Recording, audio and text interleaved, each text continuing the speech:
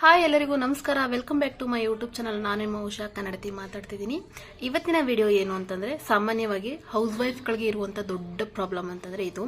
ಮಾರ್ಕೆಟಿಂದ ಕರ್ಬೇವಿನ ಸೊಪ್ಪು ತಗೊಂಡ್ ಬರ್ತೀರಾ ಅಥವಾ ಊರಿಗೆ ಹೋದಾಗ ಎಲ್ಲಾದ್ರೂ ಕಿತ್ಕೊಂಡು ಬರ್ತೀರಾ, ಅದನ್ನ ತುಂಬಾ ದಿನ ಸ್ಟೋರ್ ಮಾಡೋಕ್ಕಾಗದಲ್ಲ, ಬೇಗ ಎಲೆ ಎಲ್ಲ ಕಪ್ಪಾಗ್ಬಿಡುತ್ತೆ. ಎಲೆ ಕಪ್ಪಾಗದೆ 1 ತಿಂಗಳವರೆಗೂ ಚೆನ್ನಾಗಿ ಹೇಗೆ ಬಳಸೋದು ಅನ್ನೋದನ್ನು ನಾನು ವಿಡಿಯೋದಲ್ಲಿ ತಿಳಿಸ್ಕೊಡ್ತೀನಿ. ಈ ಟಿಪ್ಪನ್ನು ಫಾಲೋ ಮಾಡಿ 100% ವರ್ಕ್ ಆಗುತ್ತೆ. 1 ತಿಂಗಳವರೆಗೂ ಕೂಡ ಒಂದೇ ಒಂದು ಎಲೆ ಕೂಡ ಕಪ್ಪಾಗೋದಿಲ್ಲ. ಹಾಗೆ ಒಗ್ಗರಣೆಗೆಲ್ಲ ಬಳಸ್ಕೋಬಹುದು. ಫ್ರಿಜ್ನಲ್ಲೇ ಇಟ್ಕೋಬೇಕು. ಅದು ಹೇಗೆ ಅಂತ ನೋಡ್ಕೊಂಡು ಬರೋಣ ಬನ್ನಿ. ನಿಮ್ಮ ಮನೆಯಲ್ಲಿ ಕರ್ಬೇವಿನ ಸೊಪ್ಪನ್ನ ತಂದ್ರೆ ತುಂಬಾ ದಿನ ಬಾಳಿಕೆ ಬರಲ್ಲ, ಫ್ರಿಜ್ಜಲ್ಲಿ ಇಟ್ಟರು ಕೂಡ ಬೇಗ ಹಾಳಾಗ್ತದೆ. ಈ ಟಿಪ್ಪನ್ನ ಫಾಲೋ ಮಾಡಿ 1 ತಿಂಗಳವರೆಗೂ ಕೂಡ ನೀವು ಕರ್ಬೇವಿನ ಸೊಪ್ಪನ್ನ ಹಸಿರಾಗಿ ಸ್ಟೋರ್ ಮಾಡ್ಕೊಳ್ಬಹುದು ಫ್ರಿಜ್ನಲ್ಲಿ.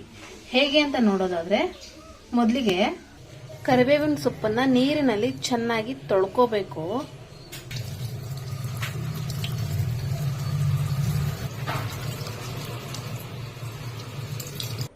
ಹೀಗೆ ಇದನ್ನ ತೊಳೆದ್ಕೊಂಡಿದ್ದಾದ್ಮೇಲೆ ಈ ತರದ ಒಂದು ಕಾಟನ್ ಬಟ್ಟೆಯಲ್ಲಿ ಈ ತೇವ ಎಲ್ಲ ಹೋಗೋ ಹಾಗೆ ಚೆನ್ನಾಗಿ ಒರೆಸ್ಕೋಬೇಕು. ತೇವಾಂಶ ಸ್ವಲ್ಪ ಕೂಡ ಇರಬಾರ್ದು, ಹಂಗೆ ನೀಟಾಗಿ ಒರೆಸ್ಕೊಂಡು, ಈಗ ನೀರಿನ ಅಂಶ ಎಲ್ಲ ಕ್ಲೀನ್ ಆಗಿ ತೆಗೆದು ಆಗಿದೆ. ಇದನ್ನ ಈಗ ಈ ತರದ ಒಂದು ಬಾಕ್ಸ್ ನಲ್ಲಿ ಸ್ಟೋರ್ ಮಾಡಿ ಇಟ್ಕೋಬೇಕಾಗುತ್ತೆ. ಈ ತರದ ಟ್ರಾನ್ಸ್ಪರೆಂಟ್ ಬಾಕ್ಸ್ ಅಲ್ಲಿ ಈಗ ಎಲೆಗಳನ್ನೆಲ್ಲ ಈ ತರ ಬಿಡಿಸಿ ಹಾಕೋತಾ ಇದ್ದೀನಿ. ಈಗ ಈ ತರ ಎಲೆ ಬೇರೆ ಮತ್ತೆ ಕಡ್ಡಿ ಬೇರೆ ಸಪರೇಟ್ ಮಾಡಿ ಇಟ್ಕೊಂಡಿದ್ದೀನಿ. ಈ ತರ ಬಾಕ್ಸ್ಗೆ ಹಾಕಿ ಇದನ್ನ ನೀಟಾಗಿ ಸೀಲ್ ಮಾಡಿ